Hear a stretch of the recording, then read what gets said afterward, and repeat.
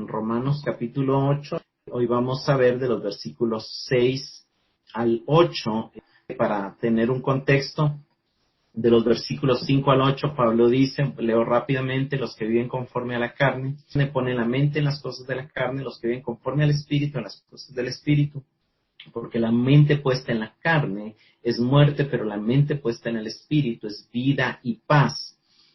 Ya que la mente puesta en la carne es enemiga de Dios porque no se sujeta a la ley de Dios, pues ni siquiera puede hacerlo. Y los que están en la carne no pueden agradar a Dios. Y aquí quiero ver la relación que hace la Escritura entre vivir en el Espíritu nos lleva a agradar a Dios, y el agradar a Dios nos lleva a tener un resultado de vida y paz. Yo podría llamarle a vida y paz, sería otro término de decir verdadera felicidad. Y por eso el tema que quiero tratar hoy es: vivir en el Espíritu trae verdadera felicidad. Ahora, esta verdadera felicidad solo viene agradando a Dios. La verdadera felicidad no está desconectada de agradar a Dios, está total y absolutamente conectada a agradar a Dios. Por eso es bien interesante, porque si algo trae el ser humano es que hay una naturaleza innata en nosotros que desea ser feliz. Hay una naturaleza en nosotros que busca tener placer, tener satisfacción, vivir satisfechos.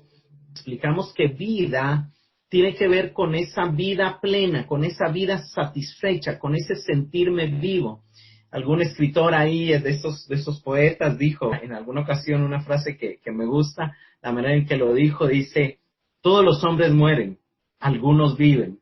Y entonces el entendimiento de alguna manera filosófico, artístico de la vida es: si tú dejas huella, viviste. Si no, pasas por la tierra sin ningún sentido ni propósito. Otras cosas dicen: si tú disfrutaste, si tú viviste la aventura, si tú tuviste experiencias grandes, entonces viviste. Por otro lado, la Biblia nos dice lo mismo: no todos los vivos están vivos. Hay vivos muertos en sus delitos y pecados, y hay vivos verdaderamente vivos. Entonces, el ocuparnos de las cosas del Espíritu trae verdadera vida, trae vida plena, trae vida que se disfruta, trae vida que se siente, trae aventura, trae emoción, trae crecimiento, trae avance. Eso es estar vivo. Estar vivo es sentir que mi vida está teniendo un sentido. Estar vivo es ver para atrás y no desear regresar al pasado, sino aprovechar cómo este pasado vino a traer construcción a mi presente y cómo voy hacia un futuro y tengo esperanzas de algo mejor, y eso me hace avanzar.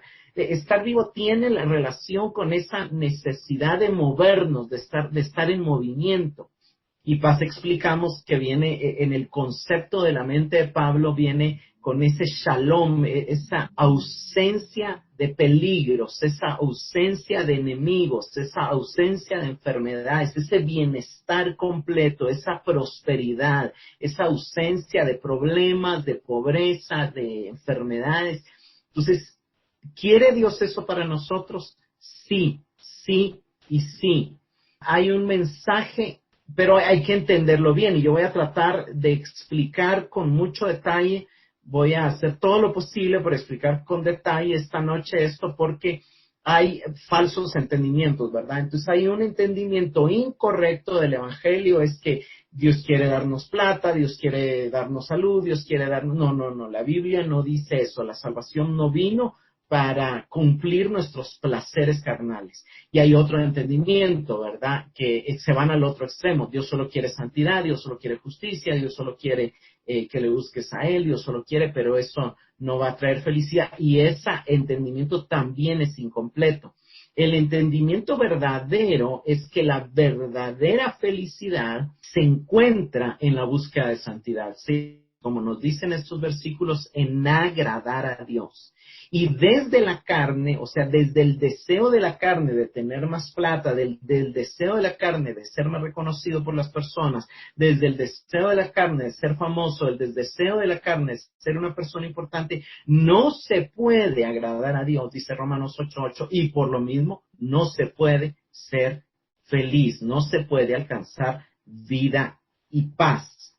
La felicidad entendida, digamos, de la mejor manera, y voy a usar aquí algunos términos de la psicología moderna, aunque luego voy a explicar que no podemos tener una cosmovisión de la vida desde la psicología, porque no es algo bíblico, pero sí hay conceptos psicológicos que pues por lo menos nos dan el entendimiento. Y quiero analizar desde la psicología, solo traer a luz algunas de las evidencias que nos confirman que el mensaje de Dios es la única manera de alcanzar felicidad. Según la psicología, felicidad consiste en estar satisfecho con tu vida, en sentirte bien con quien tú eres, con lo que tienes y con lo que estás haciendo en este mundo.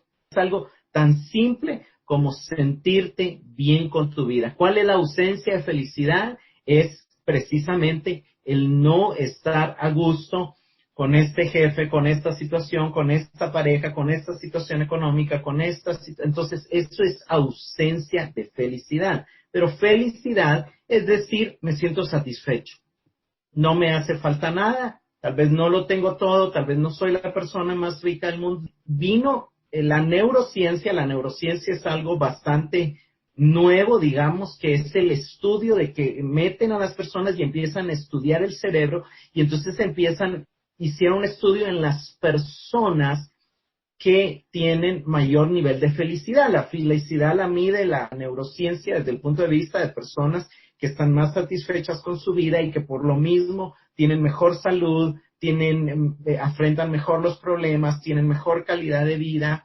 Y entonces hicieron un estudio en su cerebro, en un buen grupo de personas que estaban satisfechas con su vida. Y entonces descubrieron 5 comportamientos que eran comunes a estas personas felices, digamos. Y entonces de ahí han habido cursos ahora en estos últimos tiempos de cómo ser más feliz. El tema es de que aunque la psicología quiera llevar a la gente a ser más feliz, estas cosas no se producen fácilmente si la vida de Dios no está en un ser humano, si el Espíritu de Dios no ha hecho nacer de nuevo. Y vamos a ver estas 5 cosas. La primera cosa que descubrieron es que la gente más feliz era gente sumamente sociable.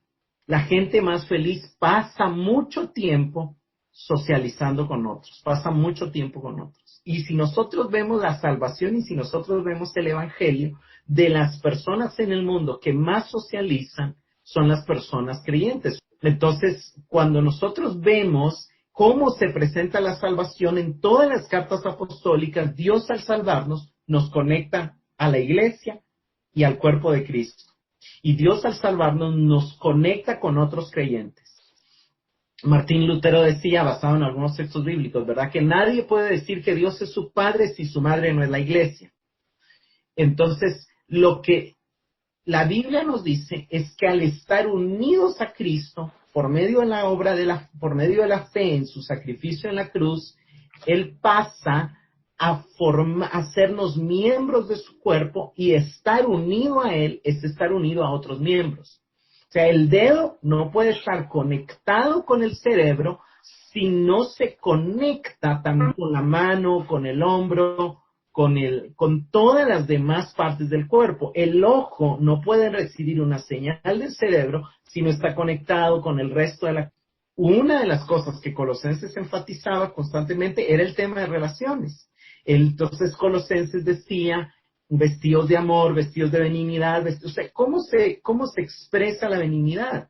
Usted no puede ser benigno si usted no tiene otras personas con las que se relacione. Usted no puede ser amoroso si usted no tiene a quién expresarle el amor y de quién recibir el amor. Usted no puede medirse su humildad si no hay otras personas con las que usted se relacione. O sea, todo el tema de las virtudes de Cristo solo tienen sentido en el contexto de relaciones. Dios nos diseñó para vivir en comunidad, Dios nos diseñó para ser parte de una familia, y cuando somos salvos, Él nos hace parte de su familia, de la familia de Dios, y por eso la manera en que muchas veces nos tratamos entre nosotros es hermano o hermana, porque tenemos un entendimiento de que fuimos adoptados por el mismo Padre y de que ahora tenemos una oportunidad de tener diferentes personas con las cuales socializar.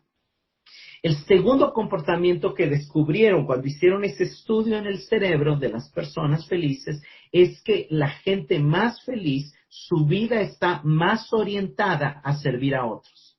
O sea, la gente más feliz piensa más en los demás. Ahora, esto es algo que está claramente en todo el Nuevo Testamento.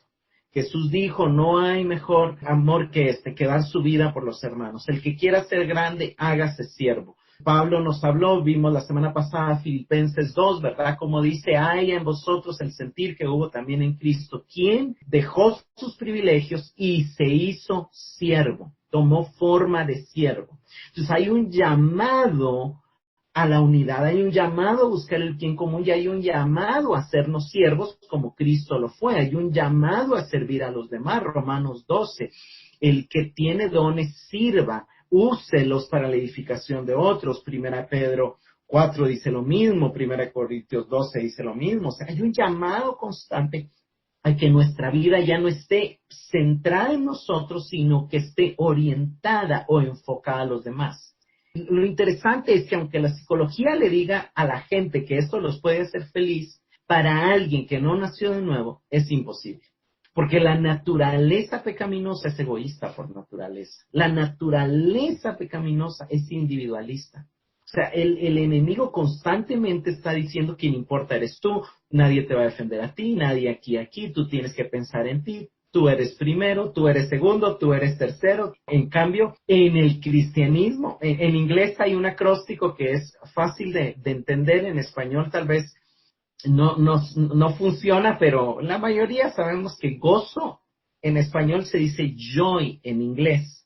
Cuando nosotros pasamos esto acróstico, joy es J-O-Y, y en inglés se dice Jesus first, others second, yourself last, que en español sería Jesús primero, los otros segundo y tú de último. Y ese acróstico lo pueden poner en la pared de su casa, pero alguien no creyente, alguien que no nació de nuevo, lo va a ver y va a decir qué bonito, pero siempre va a pensar primero en sí mismo. Pero cuando dejamos que la naturaleza de Dios, que Cristo crezca en nosotros, es la manera en que realmente Dios pasa a ser primero, los otros pasan a ser segundos y nosotros pasamos a negarnos a nosotros mismos. Eso solo se puede hacer por el Espíritu.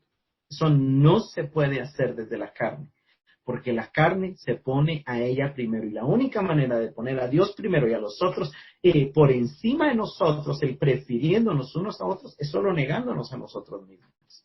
Entonces es interesante, pero obviamente yo no me puse a preguntarle al neurocientífico que hizo una investigación, pero yo estoy casi seguro que los que él encontró eran creyentes nacidos de nuevo, porque es imposible que un no nacido de nuevo piense primero en los otros. Su vida está enfocada en preferir a los otros que a sí mismo. La tercera característica que encontraron en este estudio que hicieron estos psicólogos es que las personas más felices son personas agradecidas. Ellos dedican más tiempo a agradecer lo que tienen que a quejarse. Entonces la gente más feliz espontáneamente piensan en lo que les está yendo bien. O sea, no centran su atención en lo que les está saliendo mal en la vida, porque dejémonos de cuentos, a todos hay algo que nos está saliendo mal. Pero hay cosas que ahí vamos, que ahí nos van saliendo más o menos bien. Entonces, si nuestra atención está enfocada, y cuando vemos en las cartas apostólicas, todas las cartas apostólicas nos aconsejan abundar en acción de gracias. La semana pasada vimos Colosenses 3, y en Colosenses 3, en el verso 17, dice, hacerlo todo en el nombre de Jesús, dando gracias a Dios. Vemos cómo Colosenses nos explica que una de las maneras de vivir en el Espíritu es dando gracias a Dios, es hacerlo todo en el nombre de Jesús y dando gracias a Dios. Pero no solamente lo dice Colosenses, Efesios 5:20. Y den gracias por todo a Dios el Padre en el nombre de nuestro Señor Jesucristo. Den gracias por todo, den gracias por todo. A Dios el Padre en el nombre de nuestro Señor. Ahora, volvamos a la carga. Un no nacido nuevo, le es muy difícil ser agradecidos. Miren, hermanos, el alma le gusta quejarse, lamentarse, llorar. El alma es conectada al espíritu, es más fácil que se queje. ¿Dónde lo vemos? Cuando va Israel en el desierto. Dios los liberó de la esclavitud, Dios les está dando de comer, Dios les está haciendo crecer la ropa, Dios les está poniendo aire acondicionado para que el sol no los queme, les pone una nube, y para que el frío no los mate, les pone columna de fuego, pero aún así, queja tras queja tras queja. Lo lleva a la tierra prometida, ven las grandes uvas, ven todo, pero los gigantes, queja. Y lo vemos constantemente en nuestra misma alma. La naturaleza humana desconectada de Dios, no nacida de nuevo, le es difícil ser agradecido. Pero cuando ya recibimos la nueva vida en Cristo, como esa vida está unida a Cristo, la vida del Espíritu nos impulsa a vivir dando gracias a Dios. Y lo confirma la palabra. 1 Tesalonicenses 5:18. Den gracias a Dios en toda situación, porque esta es su voluntad para ustedes en Cristo Jesús. Amén. Den gracias a Dios en todo. Esta es la voluntad de Dios. O sea, hay un consejo constante, y hay muchos otros textos más, a ser agradecidos. Ser agradecidos le enseña a nuestro cerebro a enfocarse en lo que está bien, y eso trae felicidad. Eso Dios diseñó nuestro cerebro, de manera que cuando nosotros le damos gracias a Él, se descarga una de las sustancias que activa las funciones donde el cerebro recibe placer y se siente feliz. Entonces, Dios nos diseñó de tal manera que cuando nos relacionamos con otros, nos sentimos felices. Que cuando pensamos más en otros que en nosotros, eso nos da felicidad. Que cuando somos agradecidos, eso nos da felicidad. La cuarta cosa que descubrió la psicología en este estudio que hicieron de la neurociencia es que tener hábitos saludables también ayuda a ser feliz. Y entonces, dentro de los hábitos que ellos vieron ahí estaba el leer, el hacer ejercicio y el dormir bien. También ellos explican, ¿verdad?, que media hora de cardio o dormir mejor pueden sustituir un antidepresivo en los estudios que ellos hicieron del cerebro. Y no quiero tomar mucho tiempo en eso, pero Jesús habló de hábitos, Pablo habló de hábitos, y en algún momento más adelante yo quiero hablar un poco con más detalle de que los cambios más trascendentes en la vida no se logran con metas. Los cambios más trascendentes en la vida se logran con hábitos. Tú puedes tener la meta de leer la Biblia en un año, pero si ya no la sigues leyendo después, no te sumó de mucho. Te sirve más el hábito de la lectura diaria, te sirve más el hábito. O sea, puedes ir a una conferencia de oración de 3 días y 3 días estar sumergido en ayuno de oración, pero si no oras diario, si no tienes el hábito de la oración, ir a la conferencia a los 3 días después, se va a olvidar la unción y las experiencias emocionales que has tenido en la conferencia.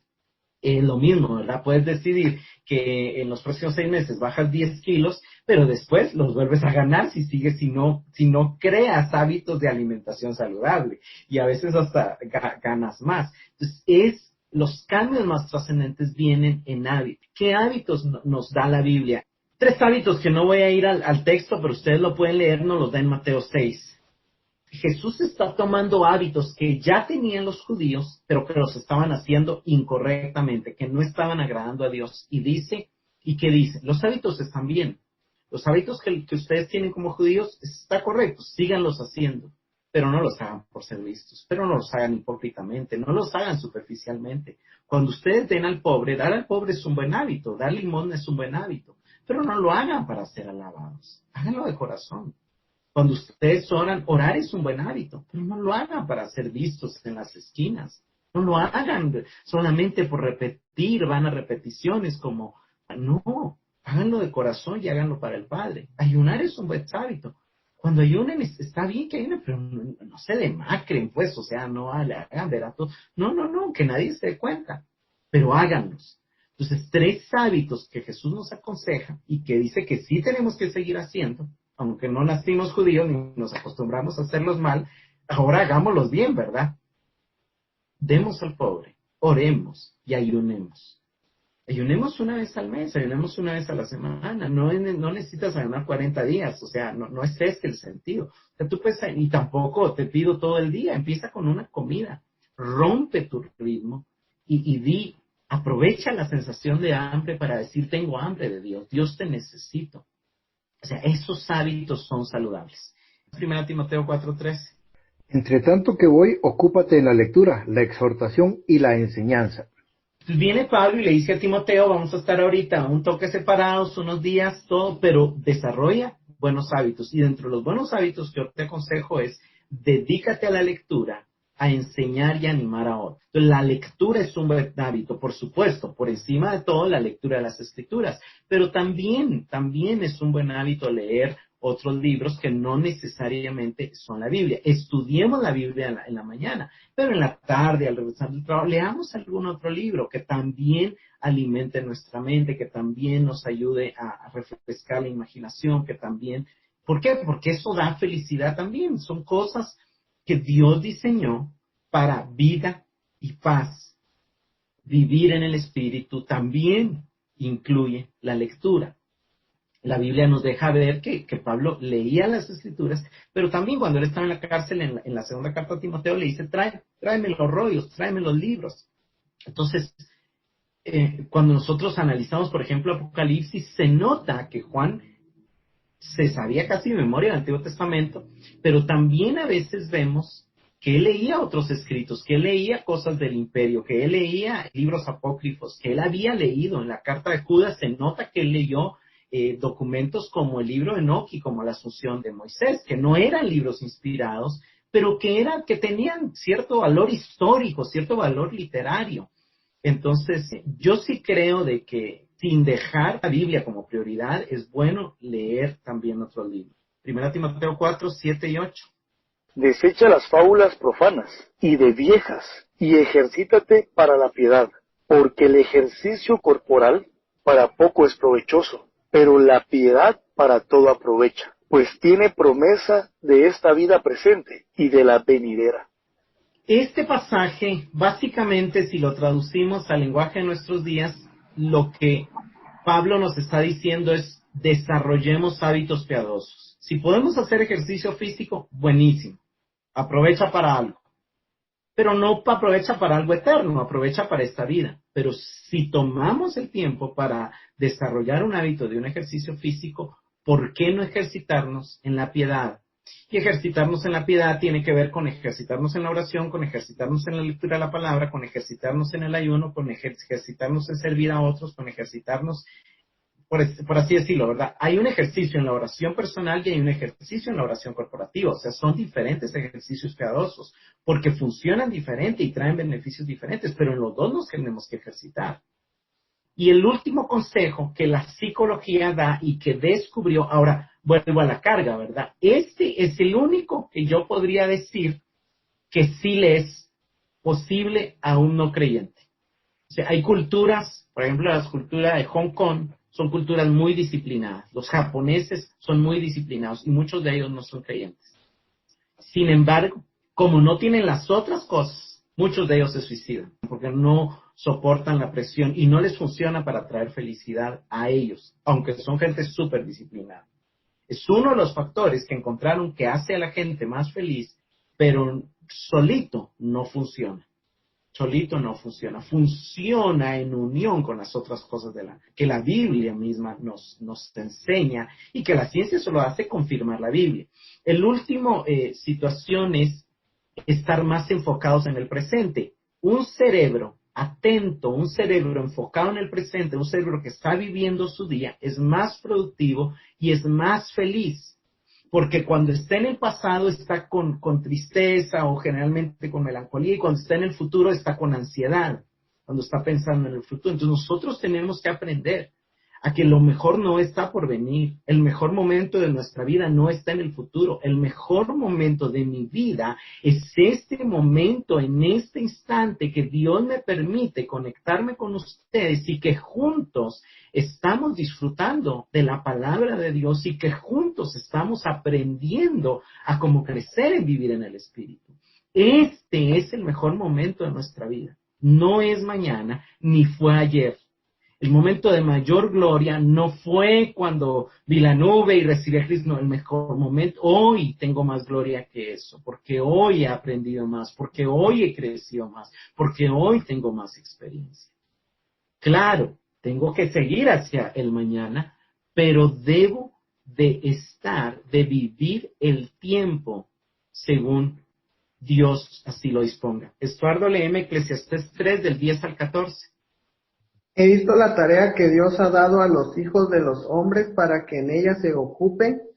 Él ha hecho todo apropiado a su tiempo. También ha puesto la eternidad en sus corazones. Sin embargo, el hombre no descubre la obra que Dios ha hecho desde el principio y hasta el fin.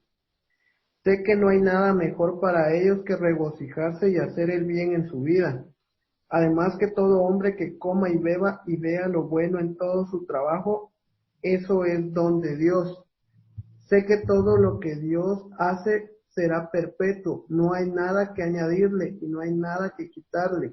Dios ha obrado así para que delante de Él teman los hombres. Entonces vemos que está diciendo el proverbista. Todo lo hizo hermoso Dios en su tiempo. La prueba es hermosa en su tiempo y el momento de gozo es hermoso en su tiempo. Cuando estamos trabajando es hermoso ese momento y cuando descansamos es hermoso ese momento.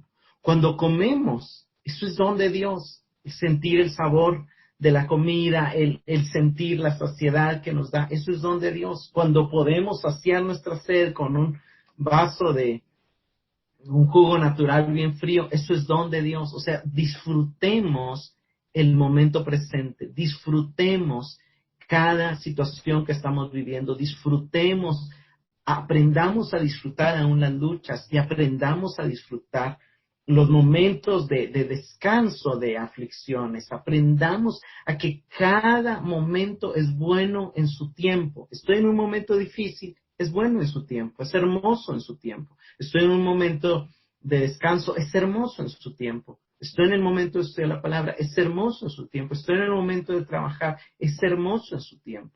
Eso es lo que la Biblia nos dice y de manera interesante la ciencia solo viene a confirmar lo que la Biblia dice.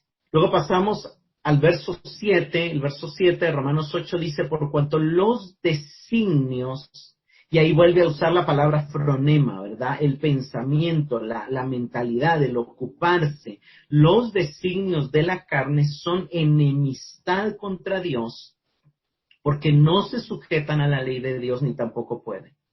Lo que está diciendo Pablo es que la naturaleza que gobierna a los incrédulos y que todavía reside en nuestra carne, la naturaleza pecaminosa, siempre se opone a Dios.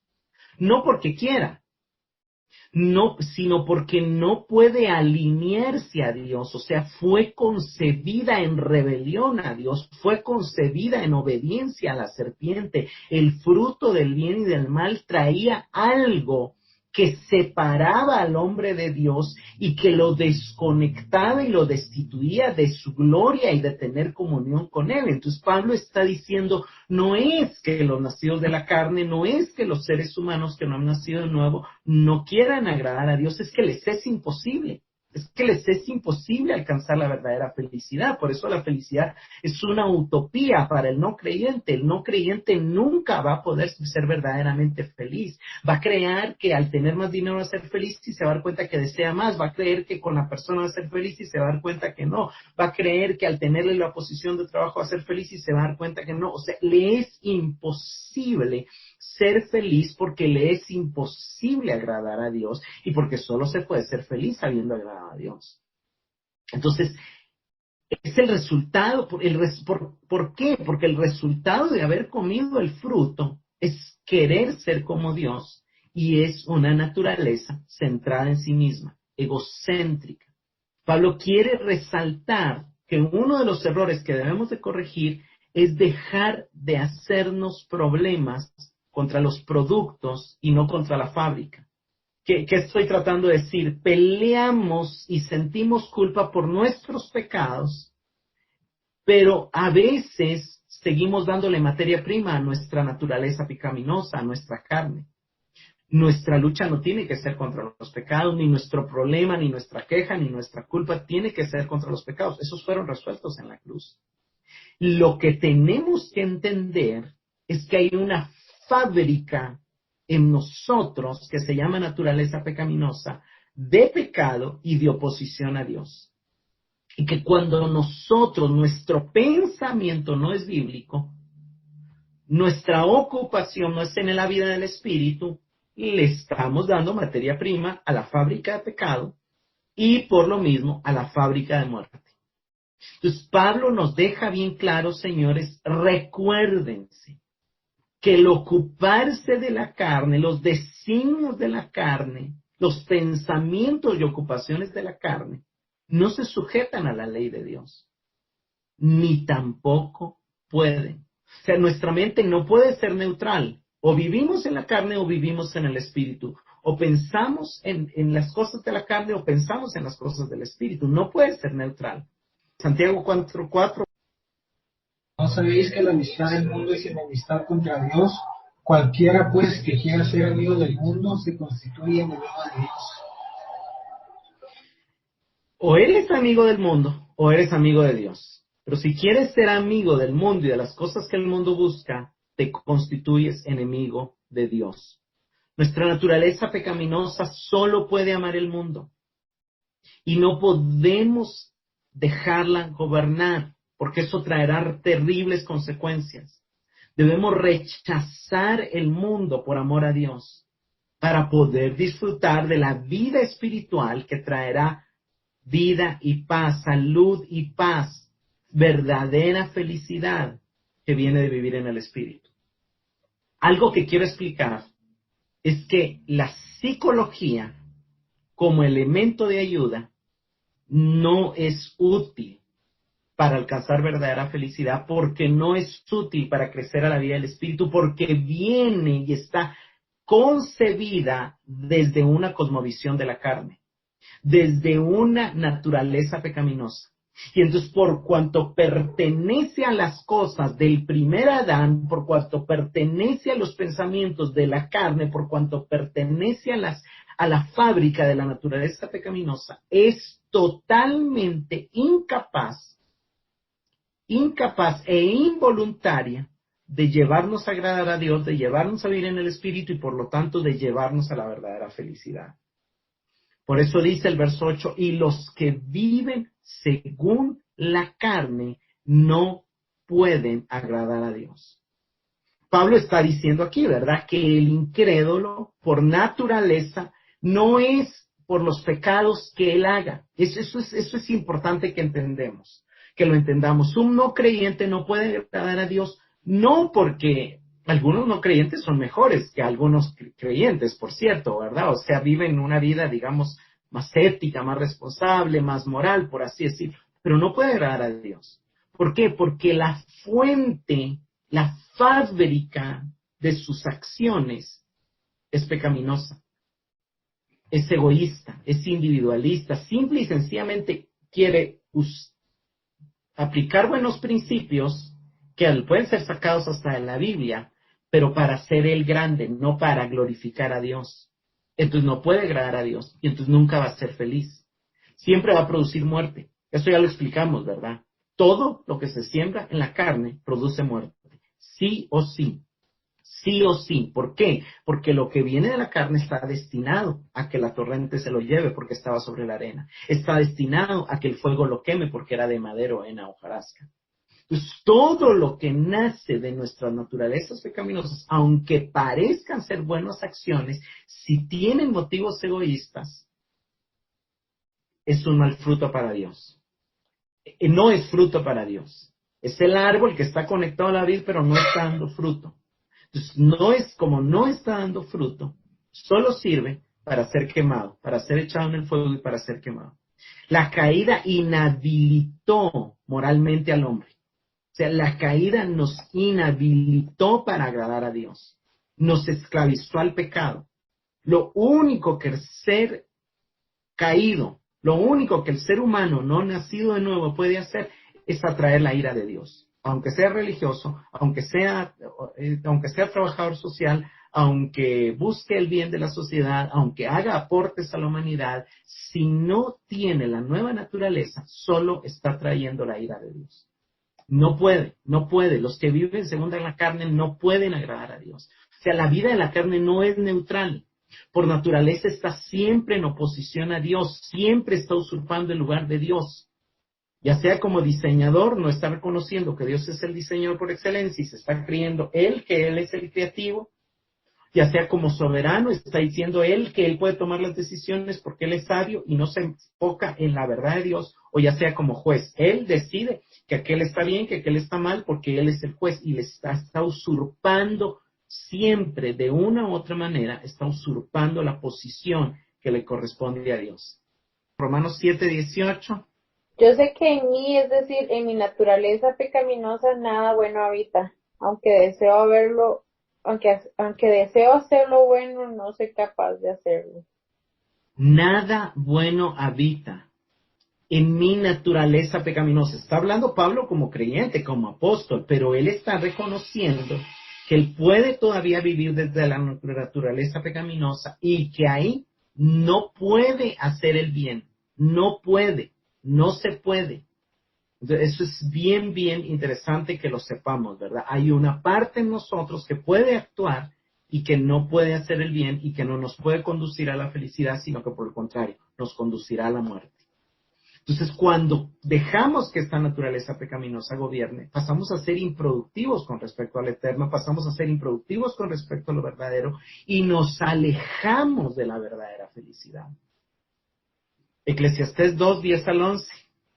Y de todo cuanto mis ojos deseaban, nada les negué, ni privé a mi corazón de ningún placer, porque mi corazón gozaba de todo mi trabajo. Esta fue la recompensa de toda mi labor.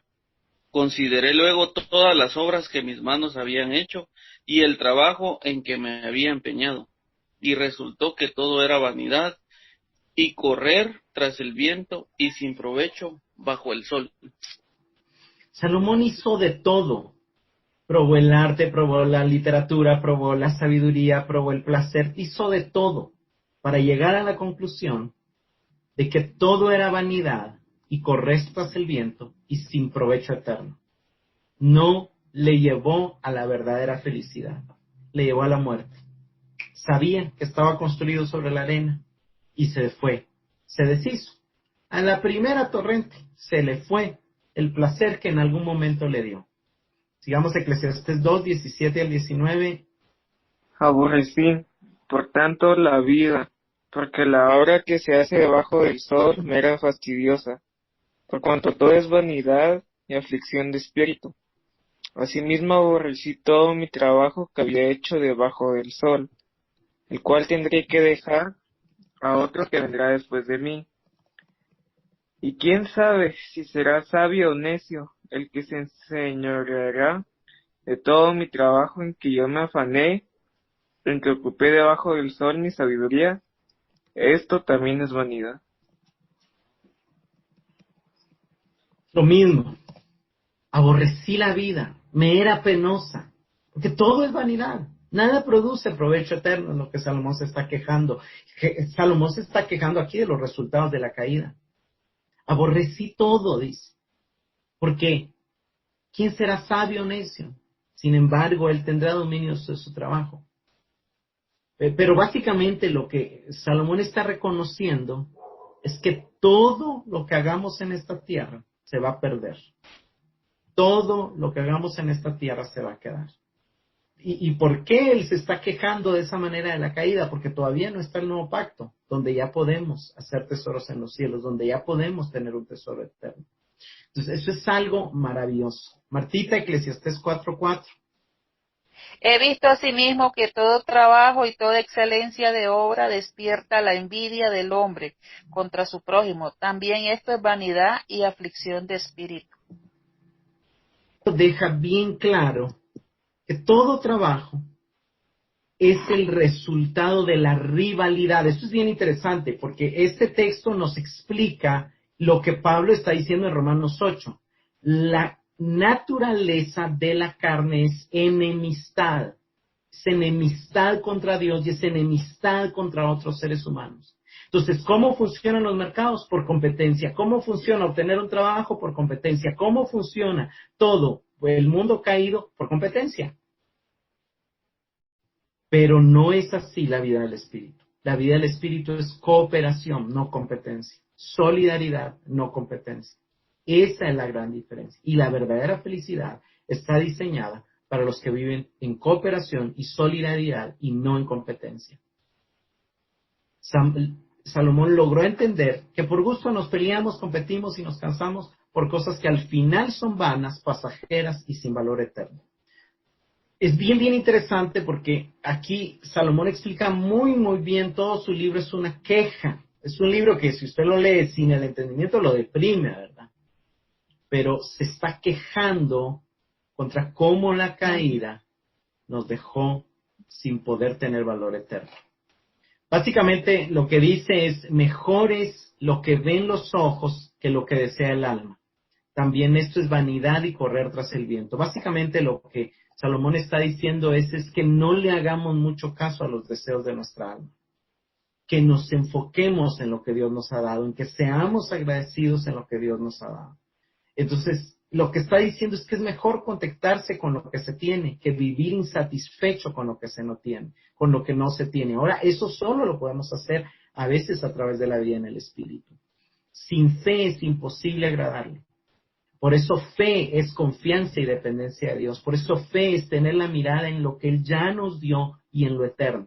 Quiero terminar haciendo una comparación entre el engaño de la psicología y los discursos motivacionales en comparación con la cosmovisión bíblica. Esto es muy importante porque a veces no nos damos cuenta de que oímos a predicadores o a motivadores que no están alimentando los pensamientos del Espíritu y que no nos ayudan a vivir en el Espíritu, sino que nos ayudan a alimentar los pensamientos de la carne y a terminar ocuparnos en las obras de la carne, y entonces terminamos al final acarreándonos muerte, acarreándonos tristeza, acarreándonos vacío, en lugar de acarrearnos la vida y paz y la verdadera felicidad que Dios quiere darnos. Dios quiere que seamos felices. La cosmovisión psicológica es antropocéntrica. La cosmovisión bíblica es teocéntrica. ¿Qué quiere decir eso? Que la cosmovisión psicológica o del sistema del mundo pone al hombre en el centro. El hombre es lo más importante. Para la Biblia, Dios es el centro, Cristo es el centro y Dios es lo más importante. La cosmovisión psicológica busca satisfacer al hombre. La cosmovisión bíblica nos lleva a buscar glorificar a Dios. O sea, la Biblia nos dice que vivimos para la gloria de Dios, para la alabanza de su gloria. La cosmovisión psicológica estudia la conducta de la carne. Entonces, la psicología estudia los comportamientos y todo, pero la Biblia no necesita estudiar el comportamiento humano porque ya nos enseña el diseño de Dios para lo que fue creado el humano.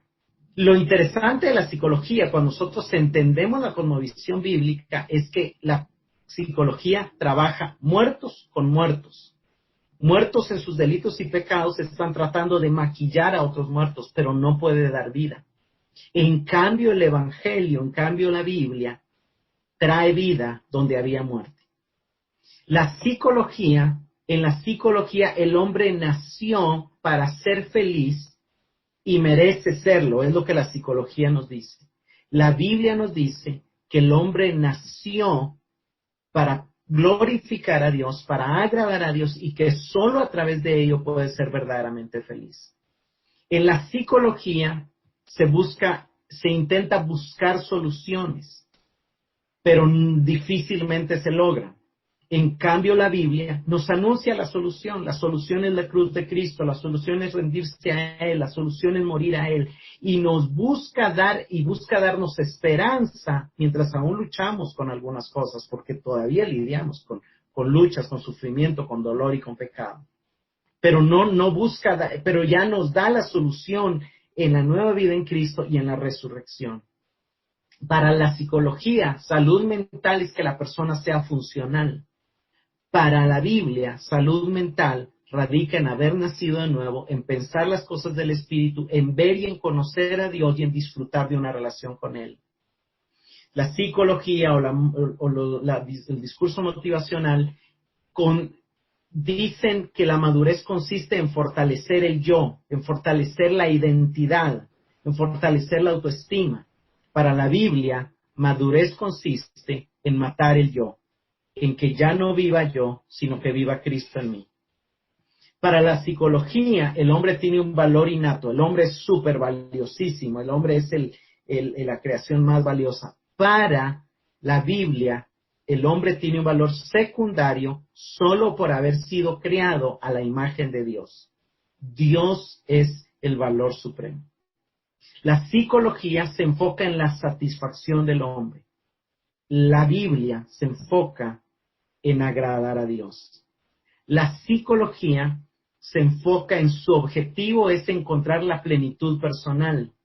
En la Biblia su objetivo es glorificar a Dios, el objetivo del hombre es glorificar a Dios y en ese proceso encontramos gozo.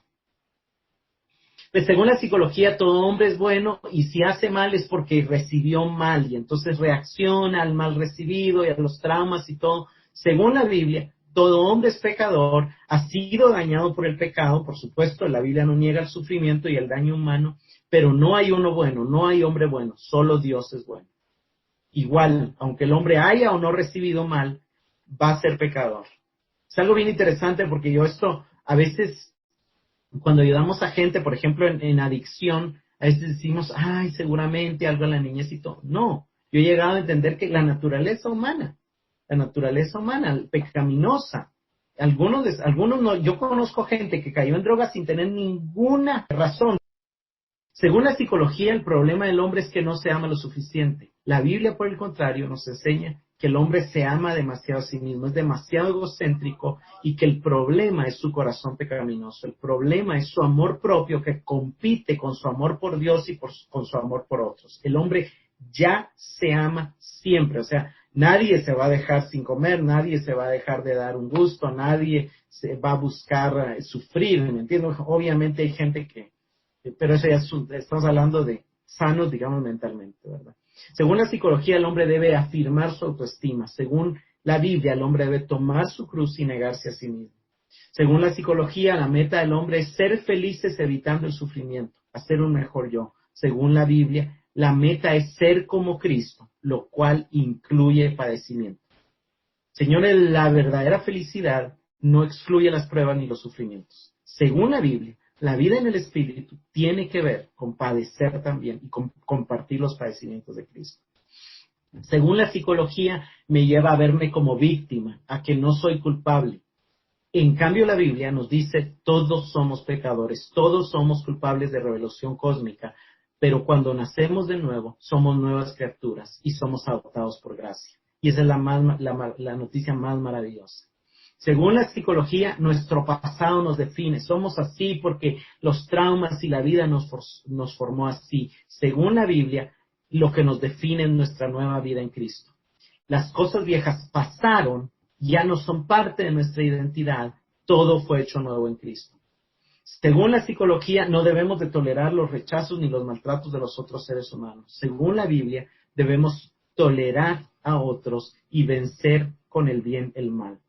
Según la psicología, el hombre tiene que empoderarse a sí mismo y de aquí surge, aquí quiero obviamente ser prudente y yo sé que a veces es por ignorancia, ¿verdad? Pero de aquí surge esas oraciones de yo declaro, yo decreto, yo reprendo. Hermanos, en el amor del Señor, eso no es bíblico, eso no es bíblico. La Biblia nos enseña a que Dios tiene el control, a que debemos depender de Él y a que debemos glorificarle a Él. Todas las oraciones de la Biblia es Padre, haz tú, ten misericordia, obra tú, ten tú. Ninguna oración de ningún salmista se ve él reprendiendo, se ve él invocando, clamando, suplicando a Dios. Ningún milagro en el Antiguo Testamento, ninguna maldición se rompió porque nadie reprendió. Fue por humillarse, fue por reconocer, Señor, hemos pecado, ten misericordia, apiádate todo. Ahora, la única ocasión en que tú puedes decir yo reprendo es cuando está un demonio frente a ti y el Espíritu de Cristo que está en ti te dice repréndelo, y entonces tú en el nombre de Jesús, con la autoridad de Jesús y por estar en Cristo, lo reprendes desde el Cristo que está en ti. Es la única vez que se acepta el yo reprendo, porque de verdad hay un demonio frente a ti. De lo contrario, no es bíblico orar de esa manera. Aún el arcángel Miguel enfrente de Satanás no le dijo yo os reprendo, sino le dijo que el Jehová te reprenda. Entonces, aún podemos orar también que el Señor te reprenda. Y vemos esas oraciones en la Biblia, ¿verdad? Y la psicología trata de hacerte ciego al pecado. Desvía la atención hacia las circunstancias, hacia los demás, para que no veas tu corazón pecaminoso. La Biblia te lleva a ver las reacciones de tu naturaleza pecaminosa. Y quiero hacer aquí un paréntesis. Yo creo firmemente en la administración, pero la administración va a ser más efectiva, la consejería bíblica, la ayuda a otros va a ser más efectiva cuando no le negamos a las personas que están pecando. Cuando les hacemos ver que su falta de perdón es pecaminoso, cuando les hacemos ver que su rechazo es pecaminoso, cuando les hacemos ver que están dejando de verse en Cristo como nuevas criaturas. Y cuando obviamente comprendemos que ha sido doloroso su proceso, pero le recordamos que en Cristo hay sanidad, que en Cristo hay esperanza, que en Cristo vale la pena, sí ayuda mucho porque ayuda a que la persona se desahogue, pero hay que saberlo llevar al pensamiento del Espíritu. La psicología hace la misma oferta que la serpiente. Puede ser Dios sin Cristo, puede ser Dios sin rendirte, puede ser Dios sin obedecer. Por el contrario, la Biblia te une a Cristo si lo aceptas como tu Señor, y eso es estar dispuesto a obedecerle, eso es rendirte ante Él. Y te provee de abundantes recursos de gracia para crecer en obediencia a Él. La psicología te hace confiar en tus propias fuerzas. La Biblia te hace no confiar en tus propias fuerzas, sino a gloriarte en tu debilidad y llevarte a confiar en Dios y no en ti mismo. La psicología ve la Biblia como un libro de principios útiles para ser bendecido. La cosmovisión bíblica ve la Biblia como las mismas palabras de Dios que te habla, a través de las cuales puedes conocerlo más y amarlo más. La psicología ve la obediencia a la Escritura como seguir una buena sugerencia. Sí, es una buena sugerencia seguir lo que Dios dice. Y bíblicamente, la obediencia surge del amor a Dios que va creciendo, porque si me amáis, la evidencia será que guardaréis mis mandamientos. La evidencia de amar a Dios es guardar sus mandamientos. La psicología busca la raíz de los problemas en el pasado y no en el pecado, pero la Biblia nos muestra que el principal problema del hombre es el pecado, pero que Cristo apareció para solucionar ese principal problema. Dice Hebreos 1:2 que Cristo, habiendo efectuado la purificación de nuestros pecados, se sentó a la diestra del Padre y vive para ejercer como sumo sacerdote y como abogado a causa de nosotros para salvarnos siempre. O sea, desde la Biblia el problema es el pecado, tuyo y de los demás, obviamente, porque también nos han dañado y han pecado contra nosotros, pero la solución está disponible en la cruz. Y la solución nos lleva a tratar con no es que la Biblia ignore el pasado. La Biblia también le da una importancia al pasado, pero no como la explicación de los traumas, sino como el ambiente que propició la formación de hábitos pecaminosos. Entonces Pablo dice, en el pasado aprendisteis una vana manera de vivir, en el pasado aprendisteis a andar como los gentiles, pero ya tu realidad es diferente. Y tienes que ahora que desvestirte de los hábitos pecaminosos que aprendiste en el pasado y vestirte de los nuevos hábitos en Cristo. ¿Cuál es el problema? Que muchos predicadores que oímos han abrazado una cosmovisión desde la psicología. Y no se diga influencers, no es bíblico. Y son pensamientos desde la carne que van dirigidos a tu naturaleza pecaminosa y que te ponen a ti y no a Cristo en el centro, y que no te van a transformar. Que si sigues tus consejos, te van a hacer llevar a pensar en las cosas de la carne, a ocuparte de las cosas de la carne y a traer muerte. Y yo sé que para algunos tal vez va a ser chocante esto, pero me toca enseñarlo porque me toca enseñar lo que la Biblia dice. Y la Biblia es muy clara.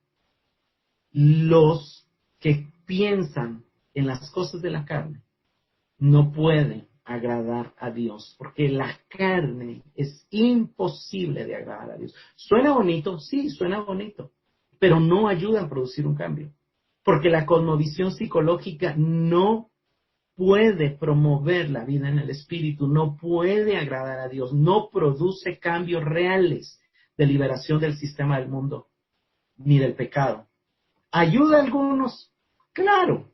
Algunos le quita el vicio a las drogas y se los cambia por el vicio de Netflix o por el vicio de las redes sociales o por el vicio. O sea, ¿qué pasa? O sea, su adicción solo cambió. ¿Qué hace la psicología? Te da una medicina que te cura de una cosa y te enferma de otra. Yo no sé si han vivido eso, ¿verdad? Yo sé que algunos, digamos, han vivido que le toman una pastilla y los efectos secundarios son igual de terribles que la misma enfermedad que tenían. Hermanos, el cambio en nuestras vidas solo es real cuando incrementa el gobierno de Dios sobre nuestra vida. El cambio en nuestra vida solo es real cuando aprendemos a vivir desde la nueva naturaleza, cuando la operación del reino crece en nuestra alma. Y eso solo sucede si nuestro yo pierde terreno y Cristo gana terreno. Vivir en el Espíritu es aprender a morir a nuestro yo, a nuestro ego, y a que Cristo crezca. Eso al alma le duele, pero al Espíritu le causa regocijo. Y el resultado final será verdadera felicidad. Padre, te damos gracias, Señor, por tu palabra, te damos gracias por este tiempo, te damos gracias porque tu verdad nos alumbra y nos desconecta de las mentiras del sistema, de las mentiras del enemigo, del engaño de la psicología y del engaño de los discursos motivacionales. Señor, ayúdanos a ver que la única verdad es lo que tú has revelado en tu palabra y que es aclarada a nosotros por medio del Espíritu, porque anhelamos esa verdadera felicidad que tú diseñaste para que vivamos siendo felices, para que tengamos vida y paz. Señor, gracias, porque tenemos ya los recursos disponibles para ser felices. Tenemos a tu Espíritu que nos motiva a vivir agradecidos y a vivir en el tiempo presente. Tenemos tu palabra que nos alumbra a construir hábitos piadosos, hábitos sanos y a ejercitarnos en la piedad. Tenemos la iglesia, Señor, que es el cuerpo de creyentes donde podemos relacionarnos, socializar los unos con los otros, servirnos los unos a los otros, ayudarnos los unos a los otros. Ayúdanos, Señor, a vivir más enfocado en otros, a vivir más enfocado, Señor, en servir, en amar, en ayudar, Señor, para que podamos conectarnos con esa verdadera felicidad que tú quieres traer a nuestra vida. En el nombre de Jesús. Amén y amén.